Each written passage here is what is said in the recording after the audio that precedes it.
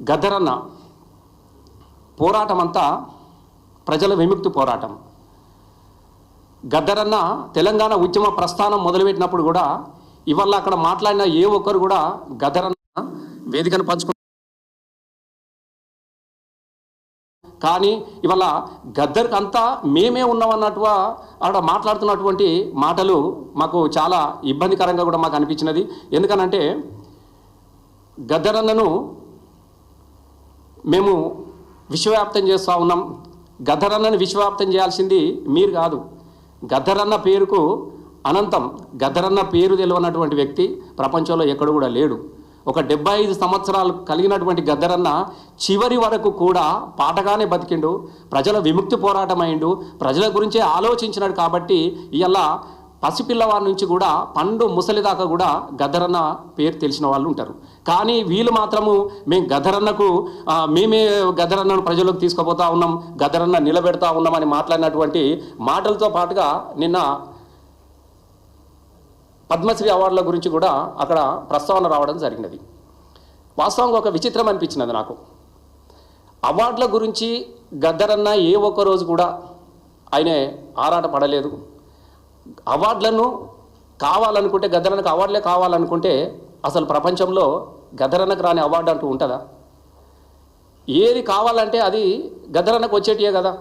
కానీ గద్దరన్నకు సంబంధం లేనటువంటి అంశాల్లో దాన్ని ఏదైతే తిరస్కరించిండో దాని పేరు మీద నేను పద్మశ్రీ పంపించినా అక్కడ వాళ్ళు ఇవ్వలేదు అని చెప్పేసి ఇక్కడ తెలంగాణలో ఇప్పుడున్నటువంటి పరిస్థితుల్లో ప్రజలంతా అన్నమో రామచంద్ర అని చెప్పేసి ఇక్కడ రైతులు మరణిస్తూ ఉన్నారు, నీళ్ళ కోసం కొట్లాడుతూ ఉన్నారు, అన్నిటి కోసము తనలాడుతూ ఉన్నటువంటి సందర్భంలో ఇలా ప్రజల్లో ఉన్నటువంటి వ్యతిరేకతను మరోవైపు తిప్పాలన్నటువంటి ఉద్దేశంతో ఇలా పద్మశ్రీ అవార్డును ఒకటి తెర మీదకి తీసుకొచ్చి ఇలా ఇద్దరు కలిసి, అటు కేంద్రం కావచ్చు ఇటు రాష్ట్రం కావచ్చు, ఇద్దరు కలిసి నువ్వు కొట్టినట్టు చేయి, నువ్వు కొట్టినట్టు చేయి, నేను ఏడిచినట్టు చేస్తా అని చెప్పేసి మేము గద్దర్ కోసం అవార్డుల కోసం పంపించినని చెప్పేసి నిన్న ముఖ్యమంత్రి రేవంత్ రెడ్డి గారు ఆయన జయంతి ఉత్సవాలు కూడా చాలా చెప్తా ఉన్నాడు.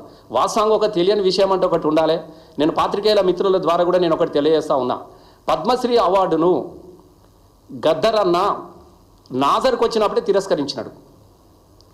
గద్దర్ గారు అజ్ఞాతంలో ఉన్నప్పుడు గతంలో కాంగ్రెస్ ప్రభుత్వం గద్దర్ అన్నకు మన నాజర్ గారికి బుర్రకథ పితామహుడు నాజర్ గారికి పద్మశ్రీ అవార్డు ప్రకటించినప్పుడు సాక్షాత్తు గద్దర్ అన్ననే నాజర్ గారికి ఒక ఉత్తరం రాసిండు. ఇది నేను చెప్పడం కాదు. గద్దర్ అన్న పద్మశ్రీ అవార్డుకు వచ్చినటువంటి సందర్భంలో అజ్ఞాతంలో జీవితం గడుపుతున్నా ఉన్నటువంటి గద్దర్ అన్న నాజర్ గారికి ఒక ఉత్తరం రాసిండు. ఇది నేను కాదు. డియర్ నాజర్, తెలంగాణ పోరాటం నిన్ను ప్రపంచానికి అందించింది, ప్రజా కళాకారునిగా మలిచింది. ఆ తెలంగాణ ప్రజలు ఇంకా ఆకలితోనే ఉన్నారు, అణచబడే ఉన్నారు, దోచబడే ఉన్నారు, చెరచబడుతున్నారు, చెట్లకు గట్టి కాల్చబడుతున్నారు, ఆయుధాలు అందుకొని సాయుధ పోరాటంలోనే ఉన్నారు అని చెప్పేసి రాసిండు. ఈ సాయుధ పోరాటంలో ఎవరున్నారు అంటే కాంగ్రెస్ ప్రభుత్వంలో ప్రజలు ఇట్లాంటి స్థితిగతులలో ఉన్నది కాబట్టి నువ్వు పద్మశ్రీ అవార్డు తీసుకోవద్దు అని చెప్పేసి స్వయంగా నాజర్ గారికి గద్దరన్న రాసినటువంటి ఉత్తరం. ఇంకా నీకు పద్మశ్రీ బిరుదు ఎందుకు ఇచ్చిందో తెలుసా? అప్పటి కాంగ్రెస్ నీకు పద్మశ్రీ బిరుదు ఎందుకు ఇచ్చిందో తెలుసా? నువ్వు బుర్రకథను బతికించినందుకు కాదు.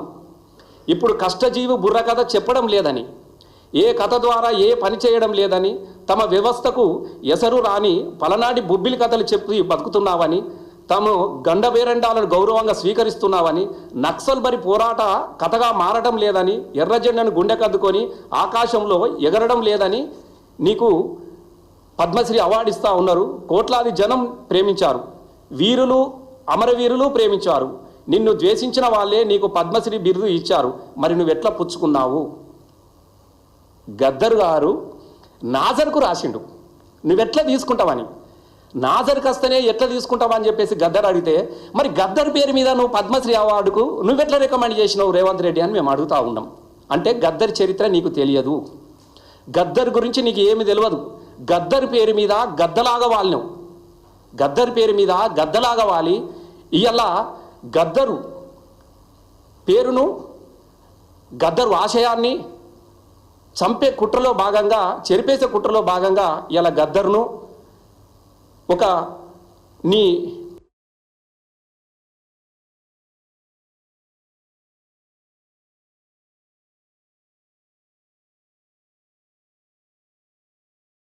నాకు ఇట్లా పరిచయం, నాకు అది అని చెప్తుంటే, నిజంగా గద్దర్ ఆశయం నీకు పరిచయం ఉంటే గద్దరు పద్మశ్రీ వ్యతిరేకించినప్పుడు నువ్వు ఎట్లా పంపుతావు అని చెప్పేసి మేము అడుగుతా ఉన్నాం. నీకు ఎవరైనా అప్లికేషన్ పెట్టిరా? పద్మశ్రీ అవార్డుల కోసము మీరు దరఖాస్తు చేసుకోమండి అని చెప్పేసి పేపర్లలో ప్రకటన వస్తుంది. దయచేసి నేను పాత్రికేయుల ముందు నేను చెప్తా ఉన్నా.